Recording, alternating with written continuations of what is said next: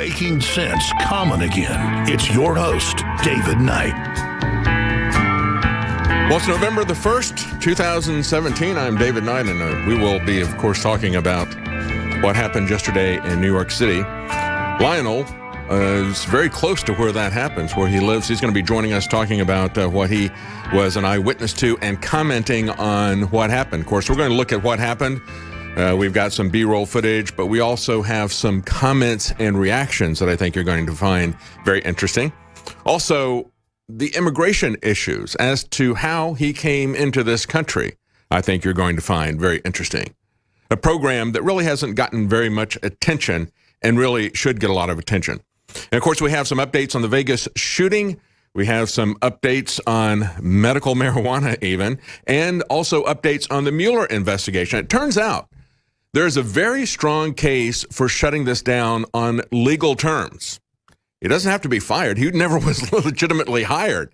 And this is coming on top of the issues that show Mueller's involvement with Russian collusion and with collusion with Hillary Clinton to cover up and to conspire with high officials in the Obama administration to conceal information that would have and should have shut down the Uranium One deal. So we're going to give you that information, something you need to be aware of. Something that the American public needs to push President Trump on, and we need to start this as an information campaign.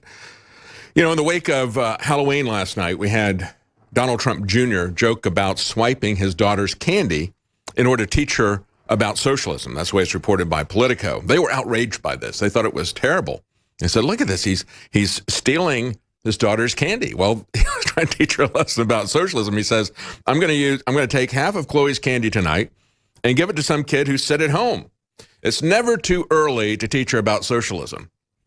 And I kind of think that's funny. I did something similar. My wife and I, when we had our kids were young and they were doing trick-or-treating, they would get the candy, and as they would start to eat it, take it out of the wrapper, we would take it away from them just as they were about to take a bite and say, sorry, I'm going to take my 50% government tax cut. So, you know, when you take the 50%, you call it government tax cut, or you can call it socialism, because that's going that way either way. One is how it's being spent, but either way, that half of that is being taken from them. So that kind of taught them a lesson, especially when they were really young. Eat half of their candy bar and then give it back to them.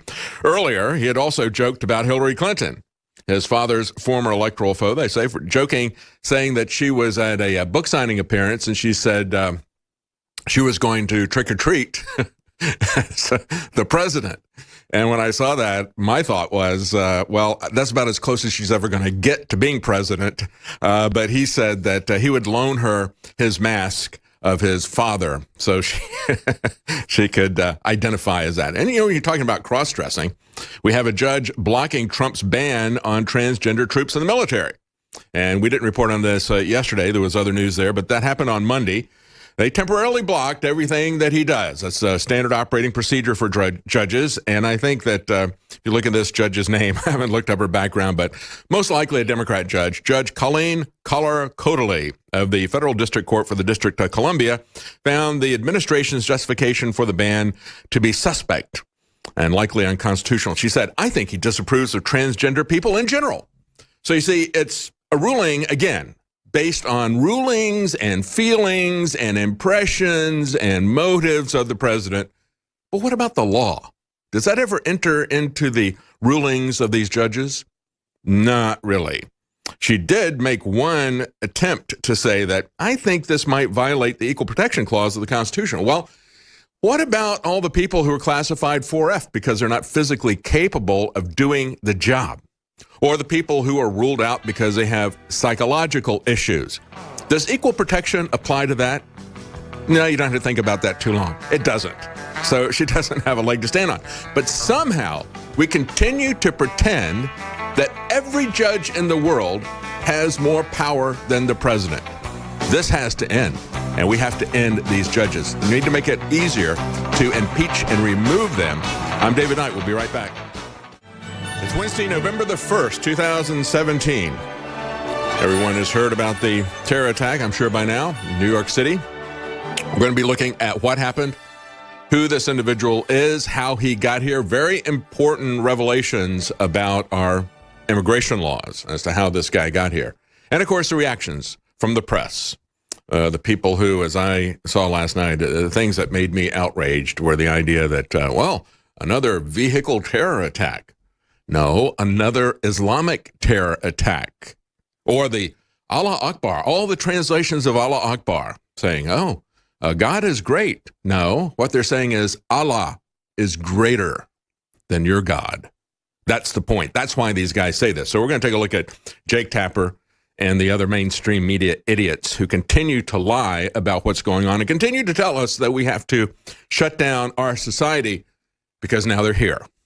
And we can't have any say-so about not bringing more of these people in. That's what we're going to be looking at with this specific program that allowed him to come here as a legal immigrant. The article said, well, we're sure that the FBI and Homeland Security are looking into his background now. It's like, well, maybe you should have done that before he came into the country. Maybe you should do that rather than taking away our freedoms and having us live under a police state. But no, that's precisely what they want. They want to bring in dangerous individuals from countries that they hold these diversity immigration lotteries. That's the program under which he came in. These diversity lotteries. Well, guess what? It's a lottery, and you just lost if you're an American, because these people are going to be brought in. They're going to be dangerous. And then as they kill you, the government will come back and say, well, we need more of your freedoms to be handed over to us so we can make you safe. So we're going to take a look at that. We've got a lot of clips. Before we do, real quickly, I want to give you some of the other news that is on the headlines. As we look at the Black Death that is spreading through Madagascar, and of course that's an island off the coast of Africa, very interesting creatures. You look at the chameleons that have the eyes that move and independent of each other in different directions. They only come from that one island. And now we've got something that we hope stays on that island, and that's the Black Death Plague. And one of the reasons that it's getting into epidemic proportions there is because of a cultural issue. They have a tradition where they dig up dead bodies of relatives, and as part of a ritual, they dance with them. This is beyond belief. Someone needs to have an education program about germs and contamination with these people, but it's absolutely beyond belief. As a matter of fact, there's a story. I'm not sure if it's true or not. Anybody who listens to the Bible, reads the Bible, studies the Bible, one of the things that the Apostle Paul said, who will save me from this body of death? And some commentators have said, well, that may be a reference to a tradition in the area where he had lived, where if you were a body, once they found that you were guilty, what they would do is they would tie that dead body to you. And that would ultimately be a death sentence because you would not be able to get away from that. So when we look at this, and when we look at people who are coming from countries like this that have certain traditions, it's legitimate for us to vet them because of their culture, because of their religion, because of their traditions, and to vet them for disease, isn't it? But we don't do any of that because that would be politically incorrect. It's about time we bury political correctness before it kills us all. Bitcoin, meanwhile, has blasted to a new all-time high of $6,450. I find that interesting. Again, when you look at things like Bitcoin denominated in dollars or gold denominated in dollars, what you're looking at here is people's confidence not only in that instrument to contain their wealth, but you're also looking at their confidence in the dollar. And so there's not a lot of confidence in the dollar for many good reasons. And when we look at the value of currencies, and when we look at what is happening, what is being pushed on us in terms of, we used to call it Agenda 21, but the UN has now a more specific time frame for that. They have it, it's not just sometime in the 21st century. They've put a target date on it, 2030. UN Agenda 2030, the agenda for sustainability. And guess what their plan for sustainability is? Look, you can see it in Hong Kong right now. The poor in Hong Kong are living in homes that are smaller than prison cells, says a study in The Guardian. They say the average living space for people in Hong Kong was only 50 square feet, the equivalent of just half of a parking space. And this was a survey of 204 families in one neighborhood by Local Residents Association. This is the world's most expensive housing market. An average resident would need to save more than 18 years of pre-tax salary, spending that money on nothing else in order to afford a home. Understand that what they want to do with you is they want to make housing more expensive. They want to take away your ownership of your home. They want to take away the ownership of vehicles, everything. You're going to be a sharecropping serf or slave. That's the vision that they have for your future, for your children's future, your grandchildren's future. That's the way they want you to live. You're not going to have any upward mobility. As a matter of fact, you're not going to have any mobility at all. You'll be trapped in these cities. They will have the mobility, the few elitists that will run this system. You'll be trapped in micro apartments like this, 200 square feet or less. And it's already happening in some of the biggest cities. You can see what is happening. And cities have always been a threat, as Jefferson said, to the health, the wealth, and the liberty of man. And you can see that now, and Agenda 21 wants to trap us into that situation. If you look at urban planners who have for decades pushed against building any roads as they constantly promoted their public transportation schemes that nobody wants, the buses that are empty, the light rail boondoggles that they have everywhere, and the toll roads that they're now starting to put in because they won't add any lanes unless they're going to be toll roads. And when you look at that, you understand, and we've had, was the CEO of Lyft, used to be an urban planner, and he spelled it all out. Yes, cars are evil because they give you mobility, but cities are wonderful. The only problem with cities is that they've got cars that allow people to escape them. You know, people wanted to get out of the cities. That's why you had the suburbs, but they call it urban sprawl, and they don't want to build the roads. And now they don't want you to have the cars, and they don't want you to own anything. And the way this is going to happen here is the same way it was happening in Hong Kong. One of the reasons that the homes are getting smaller and smaller is because of Chinese investments in the property market that have happened, of course, in Hong Kong. But it's going to happen here as well. They are accumulating all of the money, all of the wealth, and they're going to use it to buy up everything. And then, of course, you're also going to have to pay taxes that you won't be able to afford. So you'll have to have, you won't be able to afford a home. The American dream is going to go away because you're going to be paying taxes for dreamers to get a free education at your expense because their home country refuses to pay for their education. I'm talking about you, Mexico, specifically. You encourage your citizens to come here to get a free education. You work with them to avoid our immigration laws, and then you are active politically. And that's one of the reactions we're going to take a look at. And that's that dirty commercial that was run in the Virginia gubernatorial race showing supporters of the Republican governor with "Don't Tread on Me" bumper stickers and so forth, running down these poor dreamers. No, we're the ones who are being run down by people. And we can see this yesterday. And that's how they always do that. They always flip reality. They always invert reality. And that's what they did in that commercial. They have now temporarily pulled that commercial, but we've already seen how they're trying to spin reality. And if you understand what's going to happen with this, it's going to be two things that are going to happen. First of all, and there's some of that commercial there, we're going to play that and talk about that later. But you're going to have things go up in price because of foreign investors who are coming in trying to dump their dollars very quickly before they lose money. That's why I started out with Bitcoin going to $6,400. So these Chinese investors who are trying to get rid of the petrodollar, they're even coming up with the petro yuan, they want to get something for their money. They're going to get American property. That's going to make it expensive for you. And then the taxes are going to push you out of your house and into a teeny tiny apartment because taxes are attached to the apartments that you rent as well. Stay with us. We'll be right back. I'm David Knight. Welcome back. I'm David Knight. It's November the 1st, 2017. We're going to take a look at what happened in New York, who this guy is, reactions from the media. That's going to be right after I tell you about the new products that we've put on sale at InfoWarsStore.com. For a limited time, we have put DNA Force. That's one of our premium products. Very expensive to manufacture, and we have taken it to 25% off at InfoWarsStore.com. We also have 25% off of Biome Defense 50.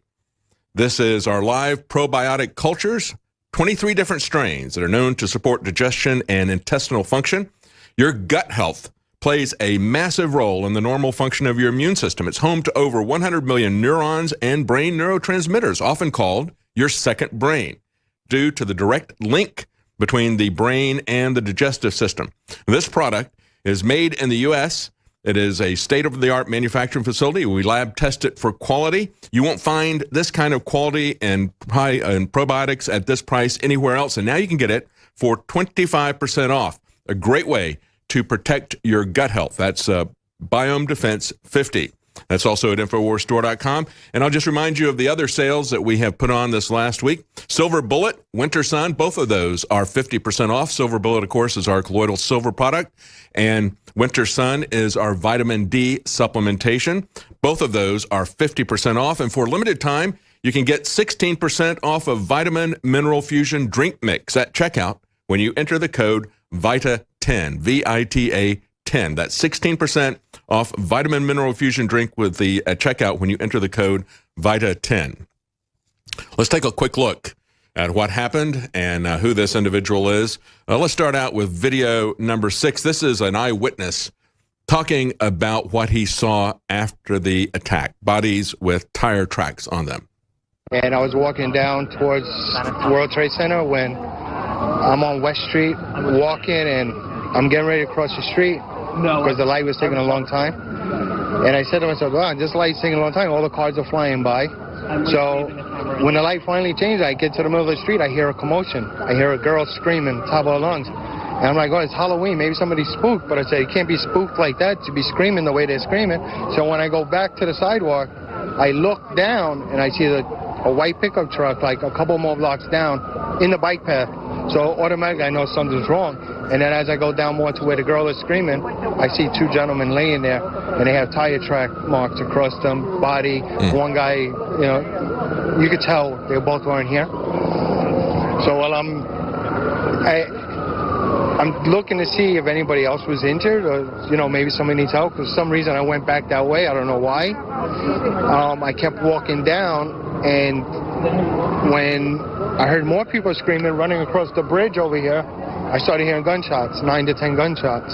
So, and I only seen 2 cops, and they were ducked down, like hiding, trying to get out the way. So I'm assuming that the guy that was driving crazy got out, started shooting.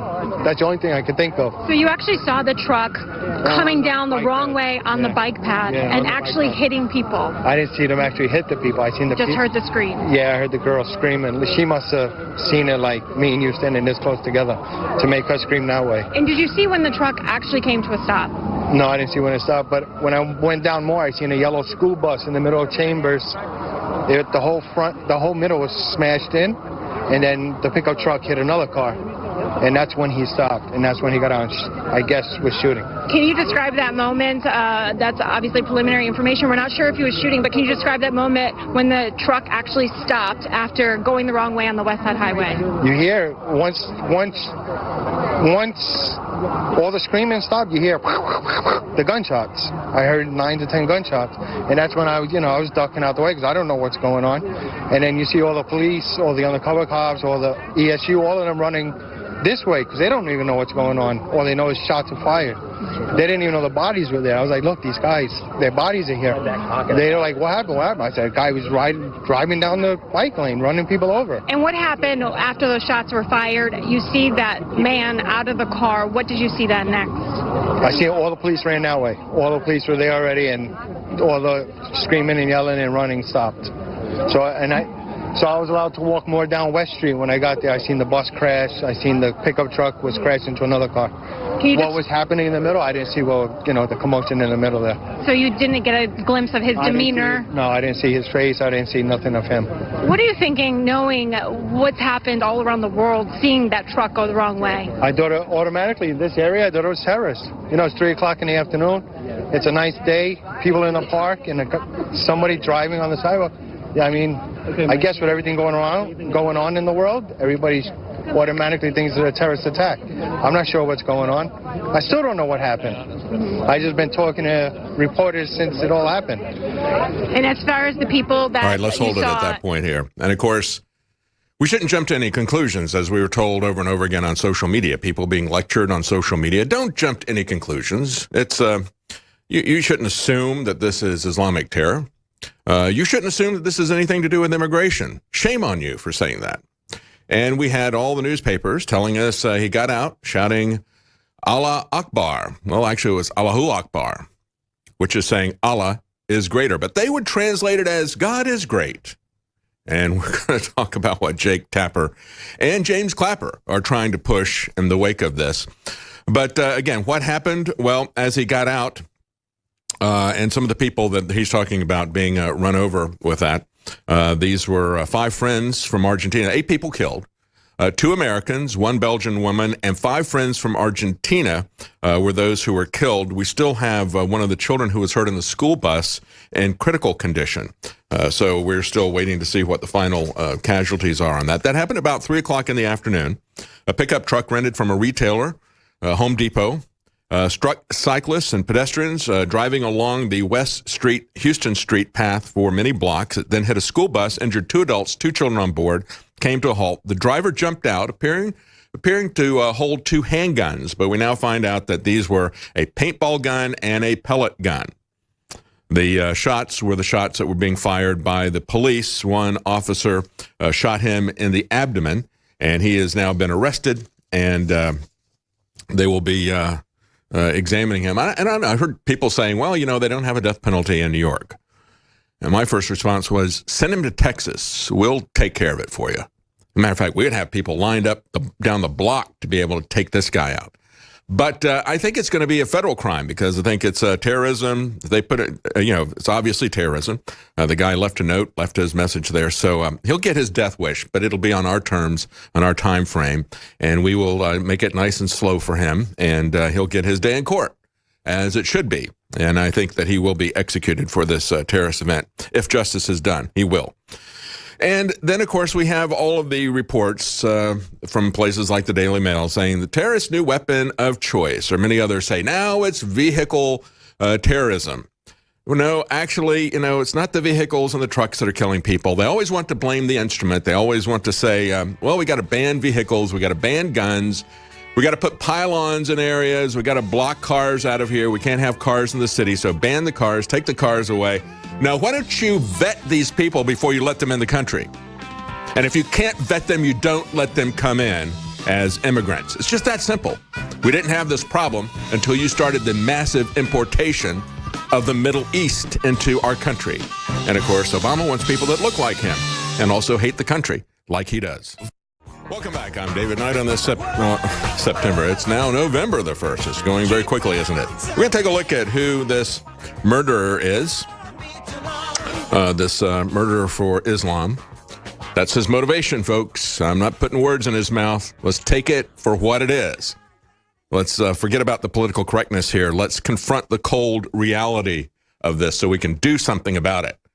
I'm not interested in dancing around this, tap dancing softly, and trying not to hurt anybody's feelings, okay? If Islam wants to reform itself, go for it. We've had a lot of major changes in Christianity in the last 500 years. There should always be a re-examination of what any religion is about. And it's about time that Islam had a reformation, had a self-examination. And if you guys don't want to be criticized about this stuff, then fix it. Because I'm not going to give you any excuses. I had enough of this. I think all of us have. And I've had enough of the political correctness coming from the left. We need to get serious about this, and we need to do something about this. This is why President Trump was elected. This was the key issue behind President Trump. To make sure that we're going to have borders, or we're going to have a country that we are going to have, that we are not going to let dangerous individuals into our country and then use that as a pretense to take away our freedoms, our liberty, our culture, our legal system. No, we're not going to do that. We're not going to do it. All right, so this is what this guy says. ISIS lives forever.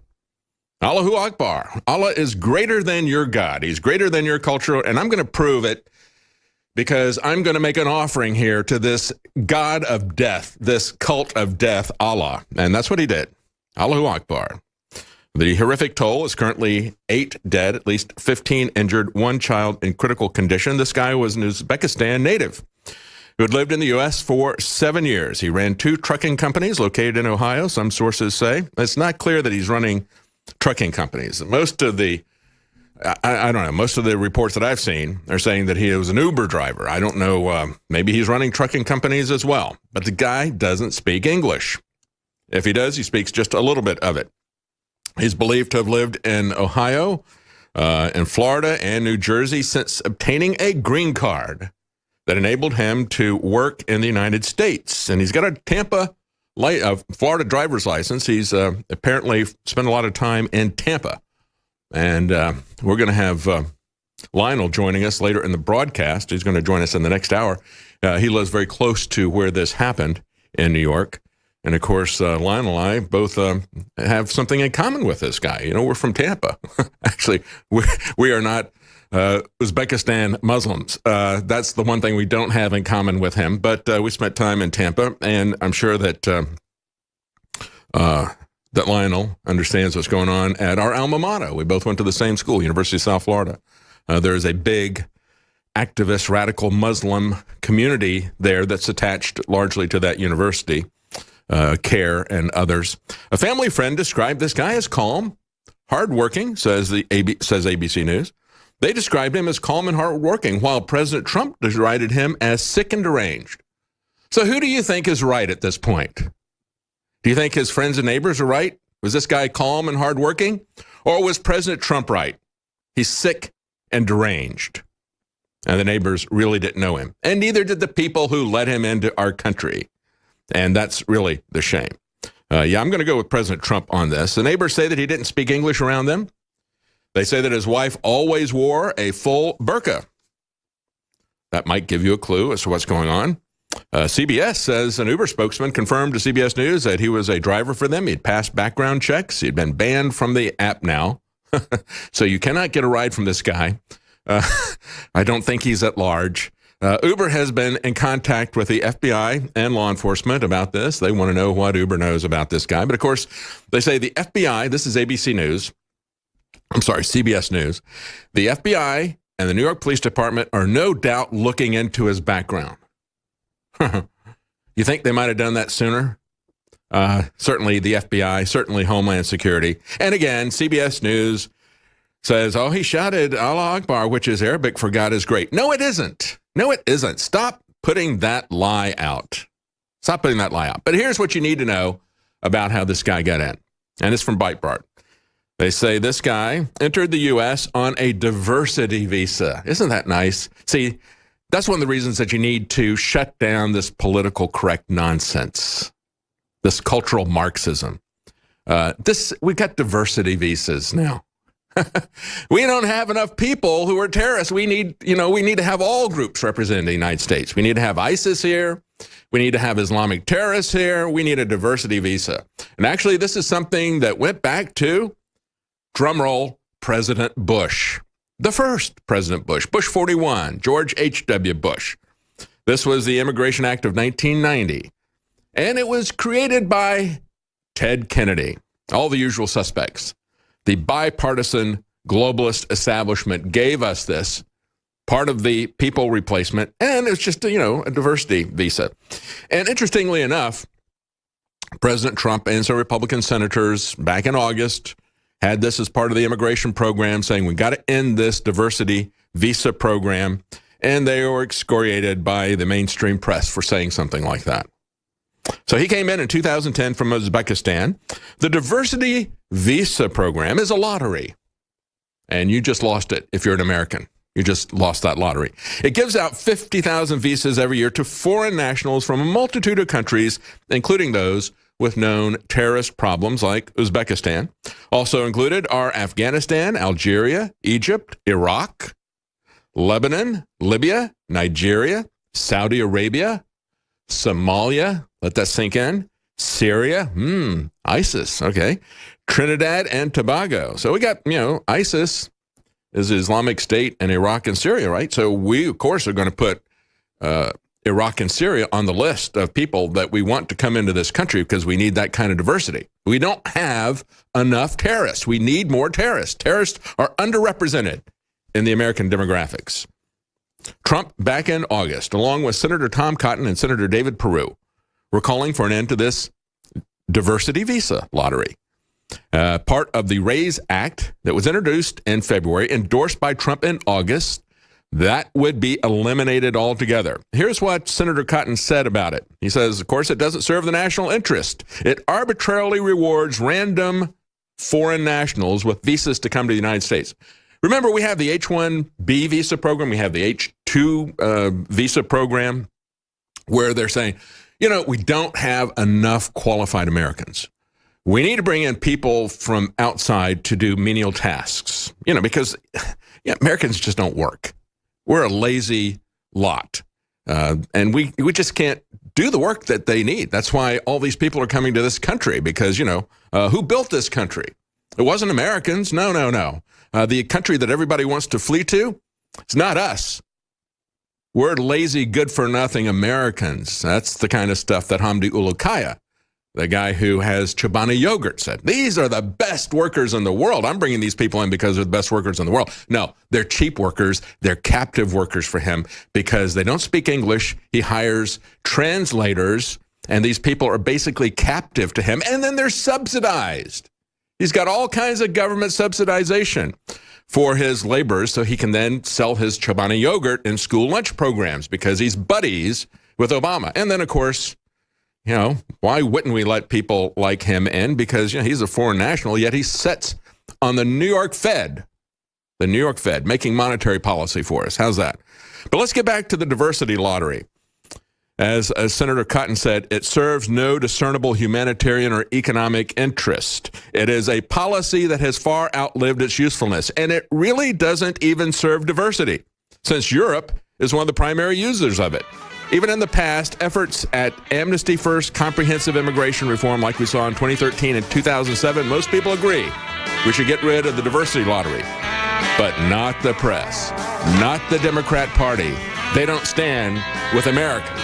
They're still doing their diversity lottery. They're still doing their identity politics. I'm David Knight. We'll be right back. Stay with us. Welcome back. I'm David Knight.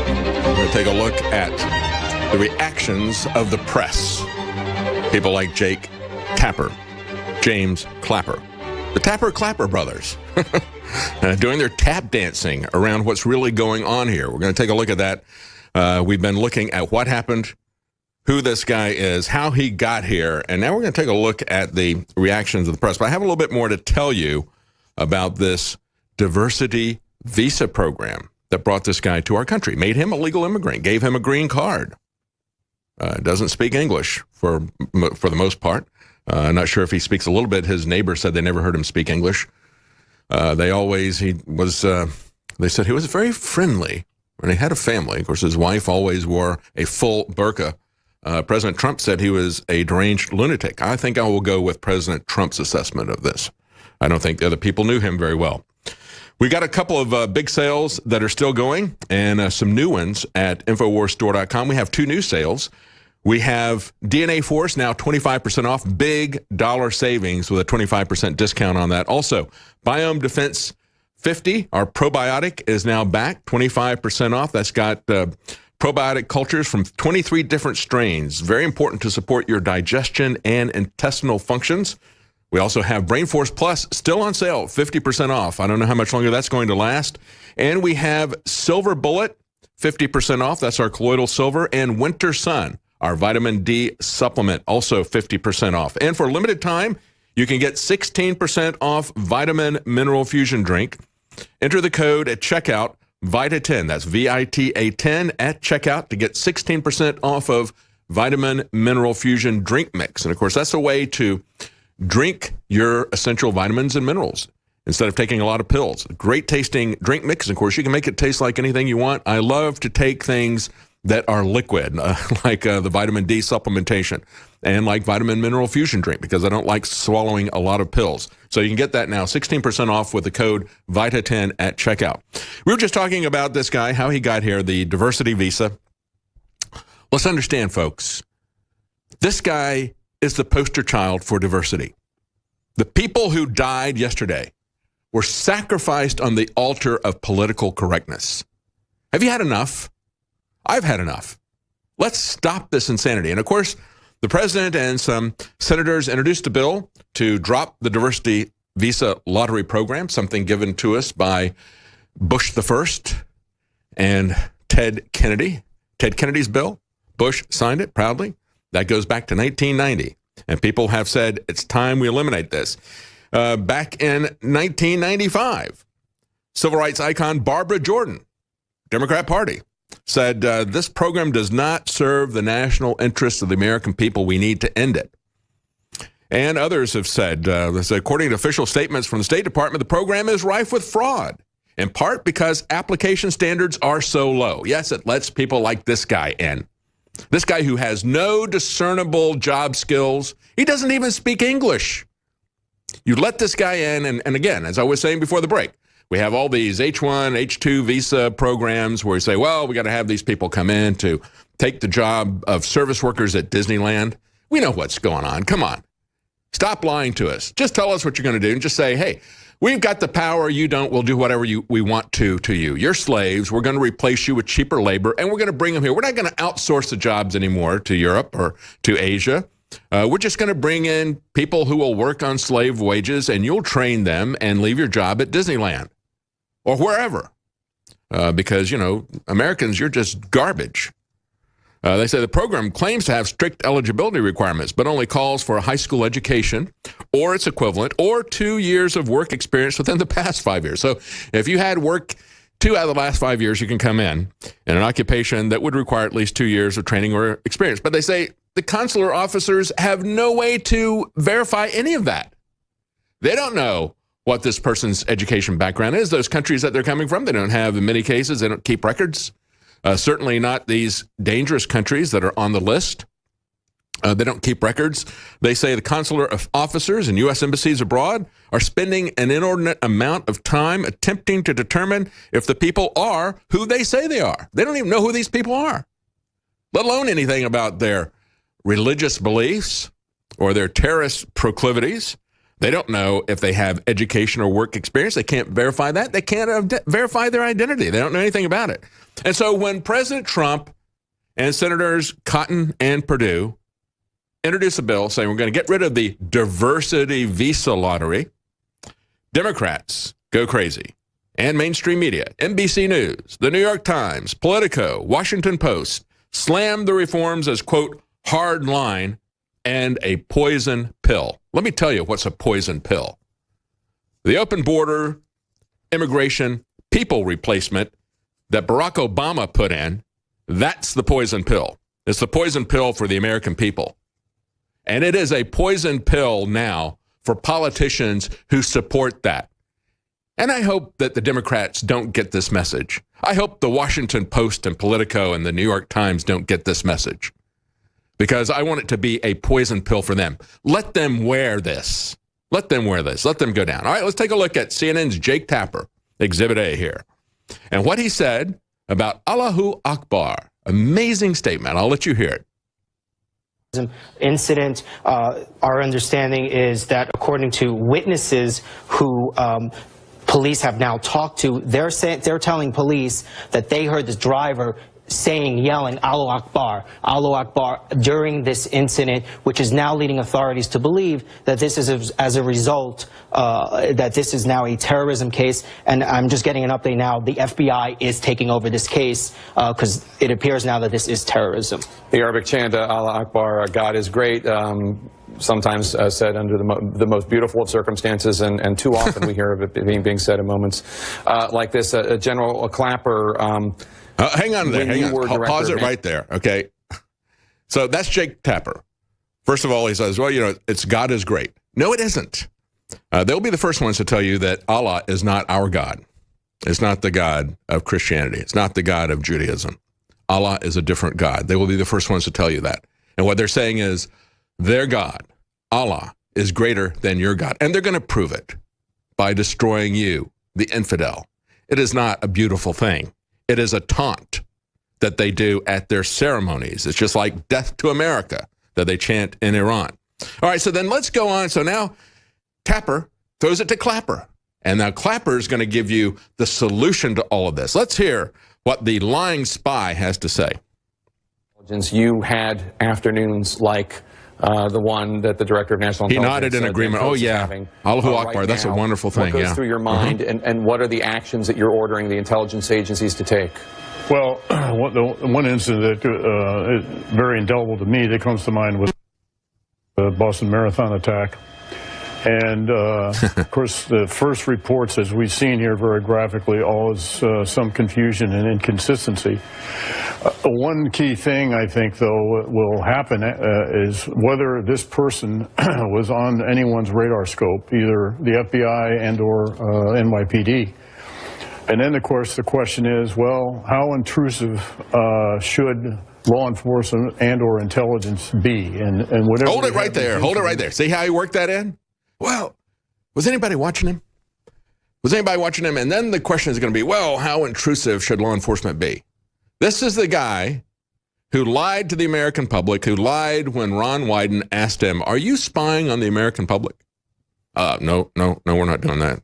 Couldn't look him in the eye, couldn't look the American public in the eye.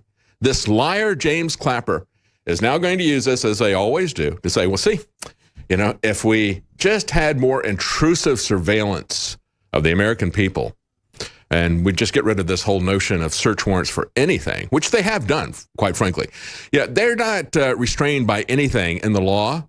They're not restrained by anything in the Constitution, but they do want to have it put in writing. So they have this just kind of like Hayden said when he was talking to the students at Washington and Lee. So I didn't have Section 215. That was such a safe haven. I was doing it on the order of the president. See, now he knows as well as you and I do, if you think about this, that he could go to jail for violating the law. He could go to jail for doing things that are against the law and against the Constitution, strictly on the order of the president. We've had people that's happened to. Just ask the people who work for Richard Nixon, the guy who said, if the president does it, it's not illegal.